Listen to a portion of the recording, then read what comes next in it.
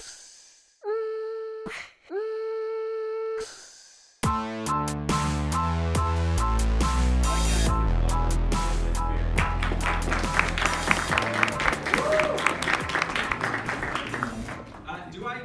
I need the mic? I feel like we got a good enough group. Can you guys hear me?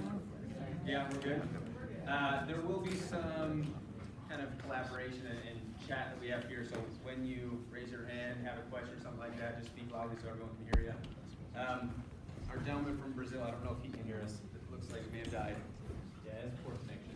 Okay, I'm putting this down. You can hear us? You can hear us? Cool.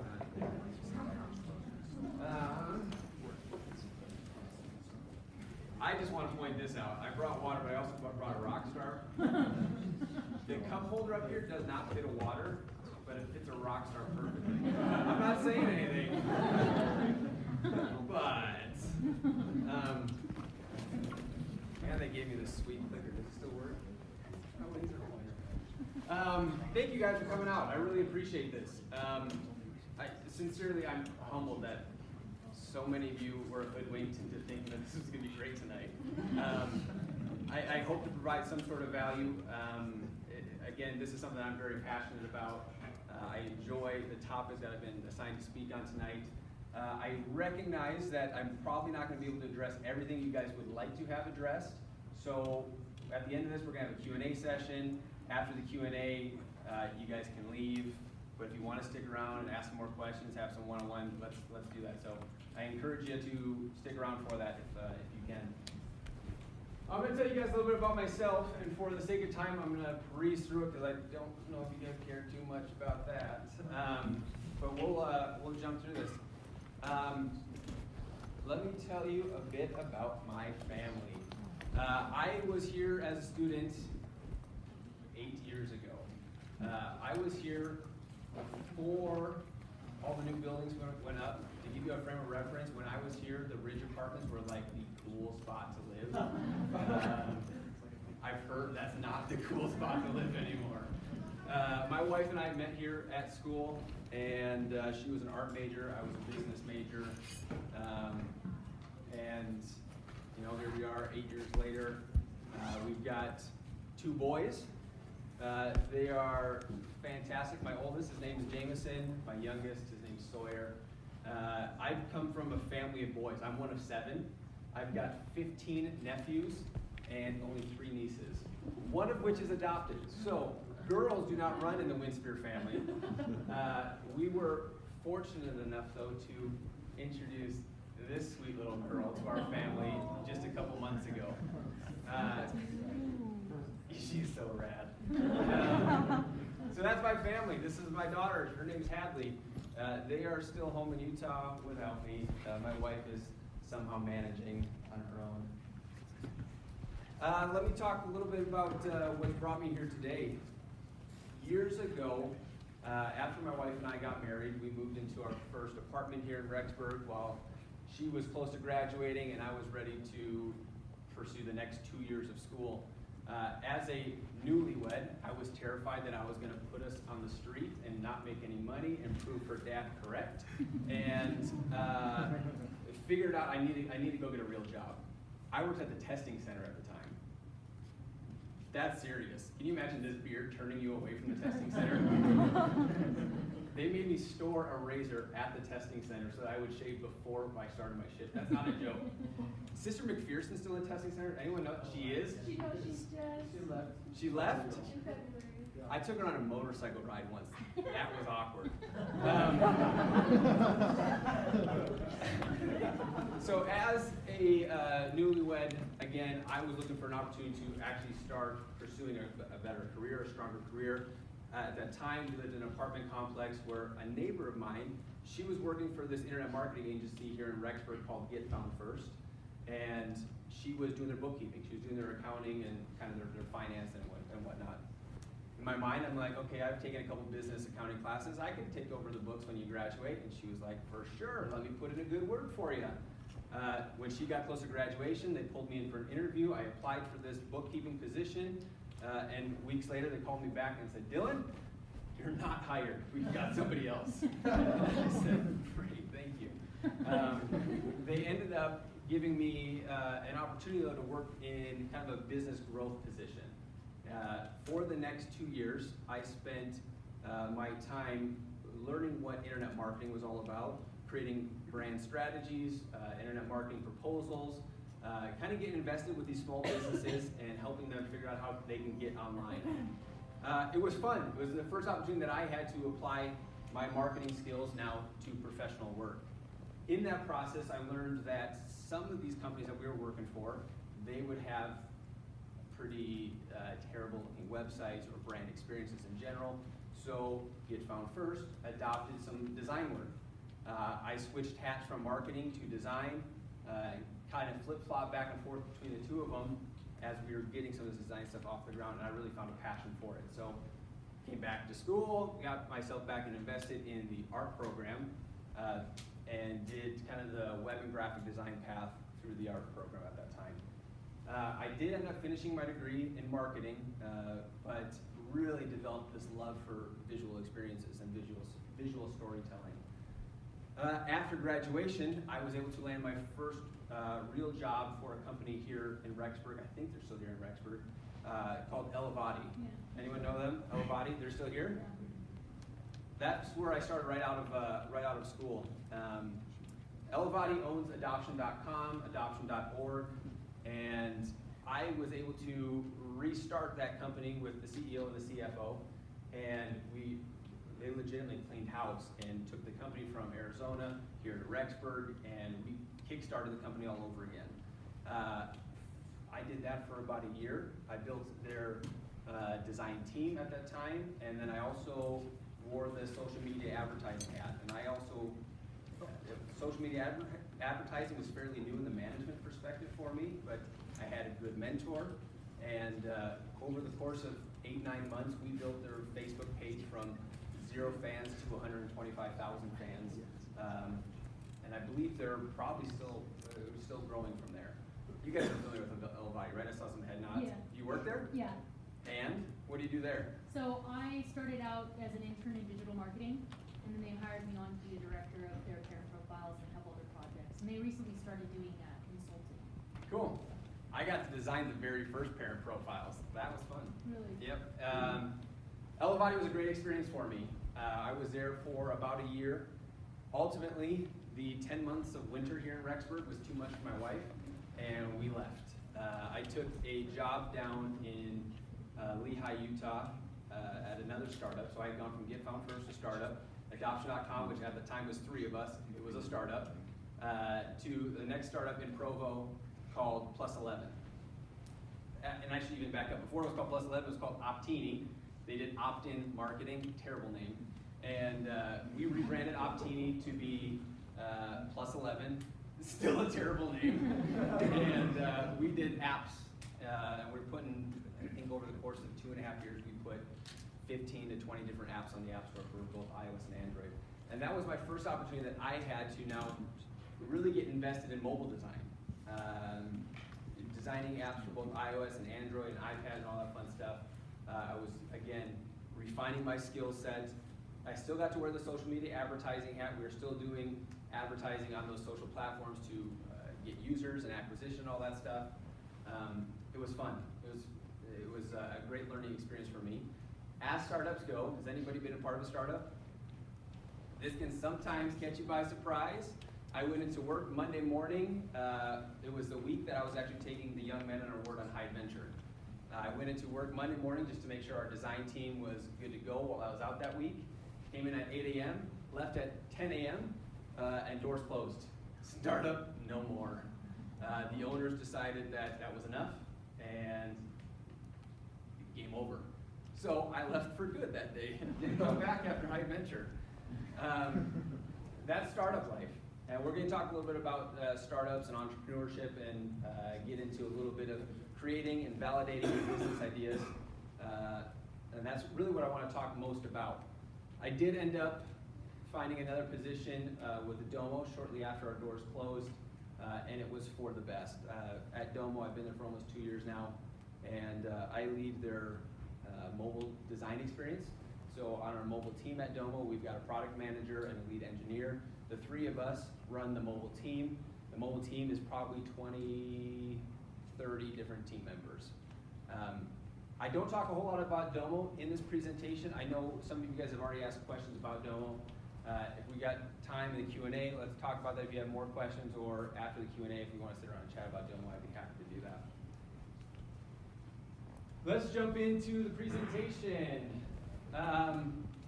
Most of my experience and the things that I'm going to be talking about here tonight stems not from what I've been doing at Domo, but more from some of my learnings over the last 6 years running WindSpear Designs, which is my freelance business where I get to help consult, strategize, build brands, experiences for a ton of different companies.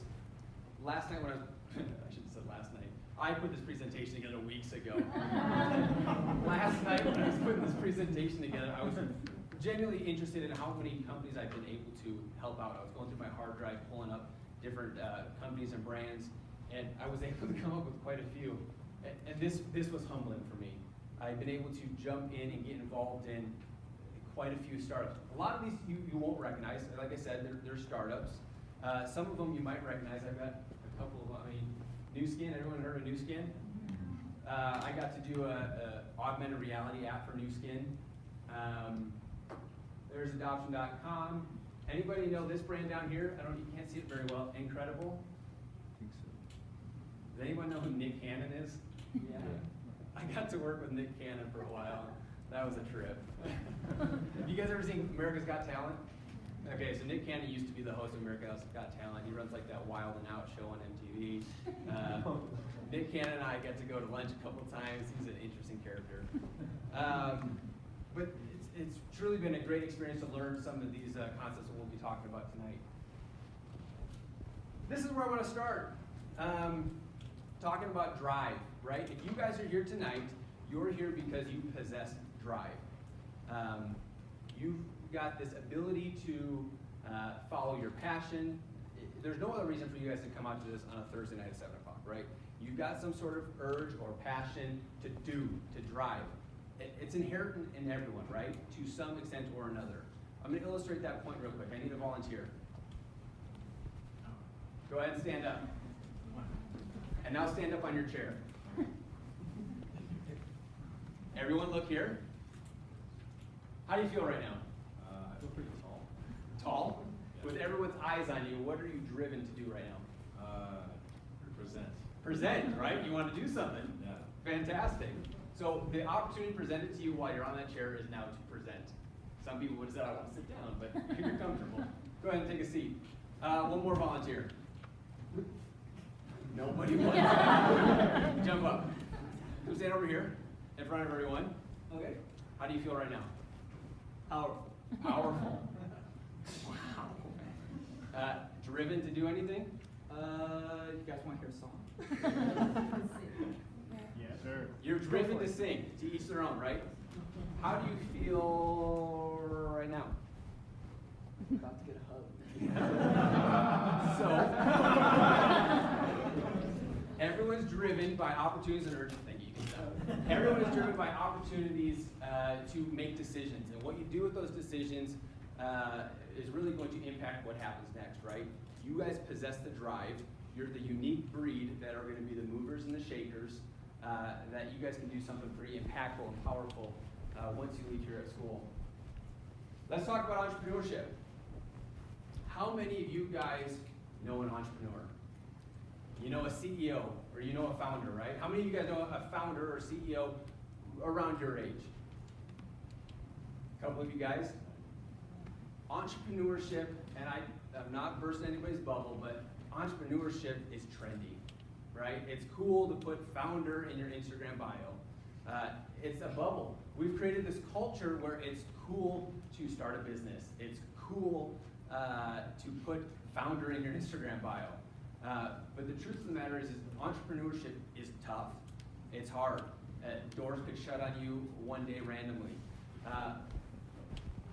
I want to point out right here that entrepreneurship is its own challenge, and a lot of you guys may want to continue to pursue that post-school, but I just want to hit this point home real quick. It's okay not to be number one at a company. right? It's okay to be number 14 at Reddit or number 41 at Facebook, right? You don't have to be number 1 at any specific company in order to make a difference. Who is the hands that said you're at Elevati? You're number what at Elevati? Higher than maybe 20. 20 at Elevati, and over the course of the last few years, maybe, I don't know, 100 people have come and gone from Elevati. Elevati is still making a difference, and what you're doing at Elevati is still making a difference. So I just want to point out that entrepreneurship, or being the CEO or the founder, it's going to present its own opportunities and challenges, but it's not for everyone. Being number 2 at any company is going to present a lot of opportunities still for you. I hope this one doesn't hurt anybody's feelings. Who wants to leave school and pursue an idea that you've got? A couple of you guys? Come on, higher, let me see the hands. Does this hurt your feelings? Good, good, that's the right answer. Your grand idea is already taken. It's hard to come up with an original idea at this point in time, right?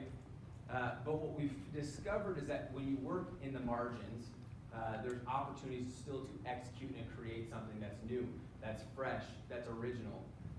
Anybody here done IPC?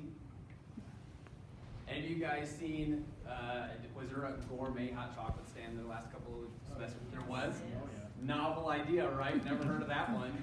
It's a glorified lemonade stand, right? But it was successful, right? Marginally successful. No. He says no. But that's what creating a gourmet hot chocolate stand is. It's finding out a way to work in the margins and still being successful. You don't have to have an original idea that nobody's ever thought about in order to execute and still be successful. With that said, your startup will fail, probably. They're hard. Startups are not an easy thing to do. I was going to put a couple stats about how many startups fail. It changes depending on culture, changes depending on the year, changes depending on how long you're talking about a startup being in business. But startups are tough. The chances of you succeeding in the startup world, I don't want to say slim to none, but they're really presenting their own unique set of challenges. I was at Domopalooza last week. Domopalooza is the big user conference that Domo puts on. And they had a presenter from Cisco there speaking, and he talked a little bit about how a lot of his success that he's had in the startup world is all thanks to the fact that he was just in the right place at the right time with the right people. There's a huge amount of luck that goes into any startup that is found successful. And I think you're going to hear that same thing from your Elon Musks or your Mark Zuckerberg. There's a lot of luck that goes into how successful these people have been. This is something that I thought is another helpful tidbit for those entrepreneurs. The ones that raised their hand that said they want to pursue a business outside of school, something of your own, learn to be the Mad Hatter. What I mean by that is learn to wear multiple hats. Who was the hand that were up right now? Your hand was up, right? Yeah. What is your major? I do apparel design. What's your major here? Yeah, apparel design. They've got an apparel design major? Yeah. Oh my gosh. Whatever. Things change. I think that's dope. So, as an apparel design major, have you learned bookkeeping? Have you learned marketing? A little bit. As a startup who's trying to conserve money and do things from a very lean perspective, it is going to be a benefit to you to learn some of these other skill sets. I can't tell you how many times I've had to put on my bookkeeping hat. Or I don't want to go as far as saying, become my own CPA, because I hire a CPA because I've failed to doing that. But you got to learn a little bit about taxes. You got to learn a little bit about law and legal, and starting your own LLC or whatever it may be. You're going to have to wear multiple hats. While you're here in school, you've got a unique opportunity to network with people who've got those skill sets, but also learn to maybe get into the basics of what these other hats are that you might need to wear. If you're an art major, maybe you learn a little bit about entrepreneurship. If you are an entrepreneurship major, is that a major now? Probably, yes. If you're an entrepreneurship major, maybe it's a benefit for you to learn a little bit about visual design. to learn how to work in Photoshop or Illustrator or Sketch or whatever it may be. It's going to be a benefit for you to be able to switch out different hats depending on what your business needs as you get started. As you begin to build out this idea that you've got in your own mind, this idea of validating your business idea through testing early and often is really going to be what helps you accelerate to the next stage. You've got the drive, you've got the idea. Now it's time to validate that idea and figure out if you've got value in what you're trying to do. One of those hats that you might have to wear is a user researcher. You conduct one-on-one interviews. You conduct focus groups. You figure out how to put together surveys. All of those things are fairly little cost. They don't take a whole lot of money in order to put a one-on-one group together. Over the last year or so, I've been starting up another business with some partners of mine, and we've been conducting focus groups on different campuses down in Utah for the last 6 months. And we're talking very little dinero goes into putting together a focus group. And the feedback that we get from those focus groups is invaluable. One of the things that I'm going to say in this slide here is be prepared to have your baby called ugly, right? You've heard that idea before. Nobody loves to hear that their baby's ugly. If any of you guys call my daughter ugly, we're going to have a fight, right? Nobody loves to hear that. But it's an important step right here in these early stages that you actually get good feedback about what is giving value to your users. So you sit down in these focus groups and you discover that your grand idea needs to be tweaked a little bit because what you're hoping to do isn't aligning with the value that your user is wanting. Be malleable. Figure out how to change that idea a little bit in order to present value. If you don't change, what do you think is going to happen in your startup? You think you're going to have a great idea, like I got this idea and I know how to get customers. Well, you don't. You're not your own demographic. You're not your own market. You've got to get this feedback, and then learn how to adjust that feedback depending on what's really going to bring value to those users. I can't say enough about this. As there's a couple people in here. I know you are a UX researcher or UX designer. Some of you guys may be familiar with that process of gathering research. That's one of the hats that if you're a business major or an art major, whatever, maybe learn that hat. I can't say enough about the value of user research. I'm already running short on time. You're good. We're good? I want to talk about 4 takeaway principles. If you're going to walk home or drive home, or whatever it may be, taking just a couple tidbits away, I've got 4 takeaway principles that I want you guys to understand as you look into these startup ventures. The first one is say yes. How many of you guys have read a book or an article that talks about don't be a yes man? You've heard that before? The balance in all things, right? I'm going to pull that needle back a little bit and say it's okay to be a yes man. And here's why. And this goes against those things that I've read in those articles and those books, right? As a designer, I hear all the time, never take on pro bono work, right? You're going to get approached all the time by companies saying like, hey, I can't pay you right now, but I'll give you equity once we get successful. And there's going to be a certain point in time where that is appealing. Maybe if you don't have a family and kids, you're willing to take that risk. If you can take that risk, do it. Why not? I'm going to tell you about one quick story. Did any of you guys know Brian Haney? A couple of you guys know Brian Haney. Brian was an adjunct professor. His first semester he taught here on campus. I was in his class as a senior. And he and I hit it off. He was the reason I landed the job at Elevati after graduation. Over the years, he and I have done a couple little projects together. Brian, I can't say enough about him. The value of networking with Brian has been one of the best things that's happened for me as an individual and for my business of Winspirit Designs. Again, saying yes to Brian when he's presented me with opportunities has paid itself in dividends more than any other relationship I've created. I've done work for Brian pro bono many times. The people that Brian's introduced me to in turn have more than paid back any work I've ever done for him. I will continue to do free work for Brian. I can't pay him back enough. One of the connections that he's introduced me to, his name is Cameron Jensen. Cameron Jensen is he was the CEO and founder of a company called Nuvi down in Utah County. They do social media analytics. Saying yes to Cameron Jensen when he presented me with a project was the second best connection I've ever made. From Cam, I've been introduced to a handful of other people that have just changed the way I run my own personal business. It's okay to say yes. Take those opportunities if they present themselves before just dismissing them and saying, no, I can't do that. Second principle I want to say is love losing. This kind of goes back to the whole be okay with the fact that your baby's ugly. You are going to lose multiple times. I've been at 3 different startups, and there was not successes all around at those startups. You've got to grow comfortable with the fact that you are going to lose on multiple occasions. When you lose, anybody here do summer sales? A couple of my summer sales guys, what do they teach you about loss or rejection? Brush it off. Well, this is the word, I didn't break it. Who raised their hand? You raised your hand, right there. You raised your hand, you did summer sales. What do they teach you about rejection? Next door. Next door? And There's shake it always off? one more door, It's yeah. a numbers game, right? Learn what you can do to improve the next time. And that's the same business principle you're gonna take as you're at your startup, hitting losses left and right.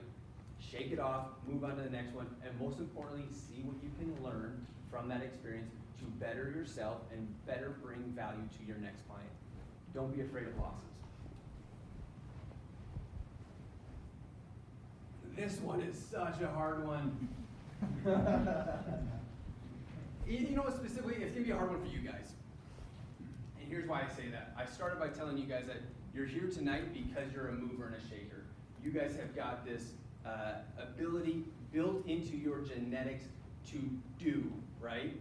And when you face those losses, you're gonna get discouraged because you're not moving at the pace that you wanna move at.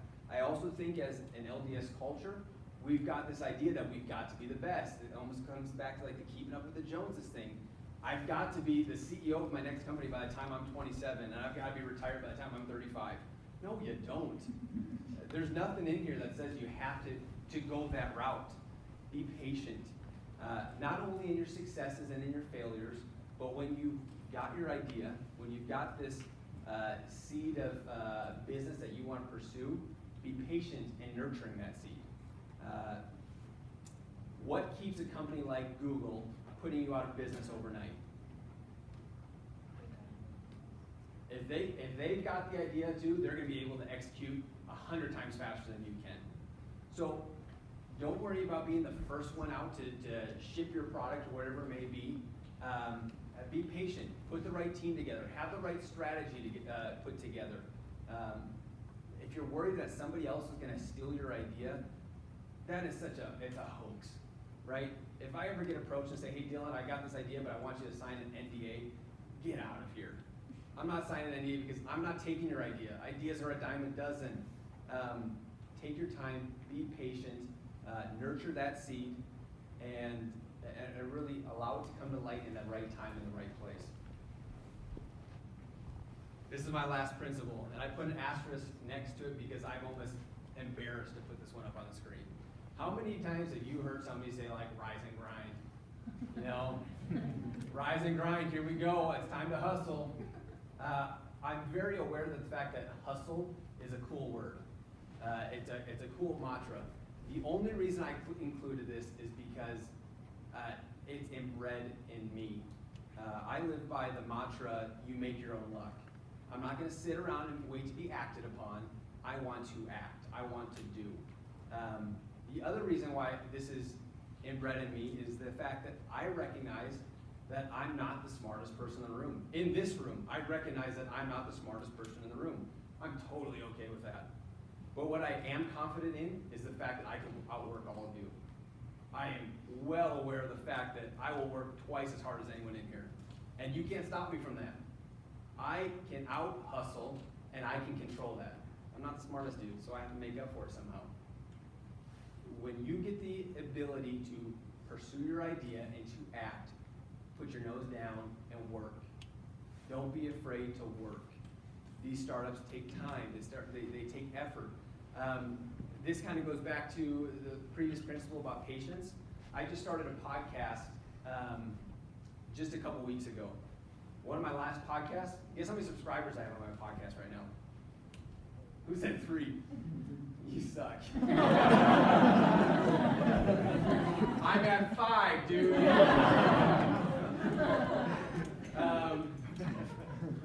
Totally okay with it. Because I know this is early. This is going to take a long time. It's not going to happen overnight, and I don't expect to be at 1 million views on my next YouTube video or 1,000 subscribers to my podcast, potentially ever, and that's totally okay with me.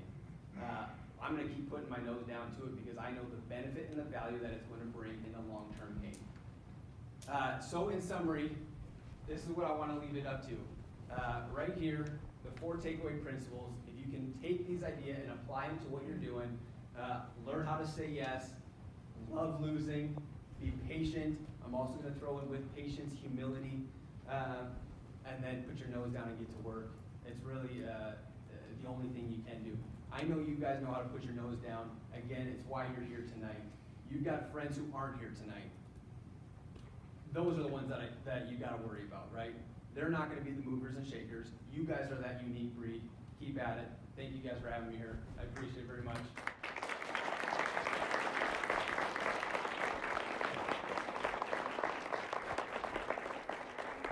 You know, and if you want to subscribe to my podcast, I'll plug that. I could triple it in one night. Dude, it'd be perfect.